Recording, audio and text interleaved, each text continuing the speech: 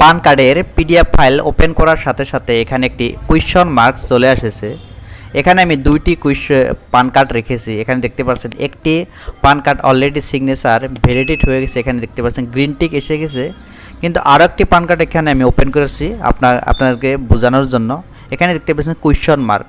তো ঠিক এই কোয়েশ্চন মার্কটা কীভাবে সিগনেচার ভ্যালিডেশন করবেন সেটা আজকের এই ভিডিওতে আপনারা শিখতে পারবেন। ভিডিওটা স্কিপ না করে শেষ পর্যন্ত দেখতে থাকুন।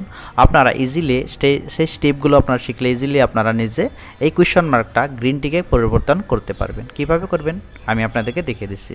জাস্ট এখানে আপনারা কোয়েশ্চন মার্কের উপরে ওকে করতে হবে।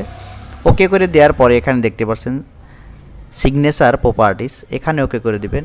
এখানে ওকে করে দেওয়ার পরে এখানে আবার কয়েকটি অপশন চলে এসেছে, জাস্ট এখানে সিগনারের উপরে ওকে করে দিবেন। তারপরে এখানে একটি অপশন দেখতে পাচ্ছেন শো সার্টিফিকেট, জাস্ট এখানে আপনারা ট্যাপ করে দিতে হবে।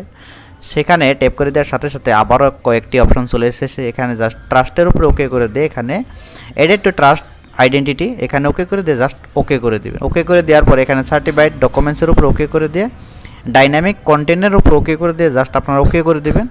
তারপরে আবার এখানে ওকে করে দিয়ে জাস্ট এখানে ভ্যালিডেট সিগনেচার করে দেওয়ার সাথে সাথে আপনার সিগনেচারটা অটোমেটিকলি এখানে গ্রিন টিকে পরিবর্তন হয়ে যাবে। এখানে দেখতে পাচ্ছেন এখানে দুটো পান কার্ড অলরেডি এখানে গ্রিন টিক আছে। তো ঠিক এইভাবে আপনারা অনলাইনে কিভাবে আপনারা সেই সিগনেচারগুলো ভ্যালিডেট করবেন তা দেখতেই পাচ্ছেন। তা ভিডিওটা যদি ভালো লেগে থাকে ভিডিওটা লাইক করে চ্যানেলটি সাবস্ক্রাইব করে পাশে থাকবেন। ধন্যবাদ।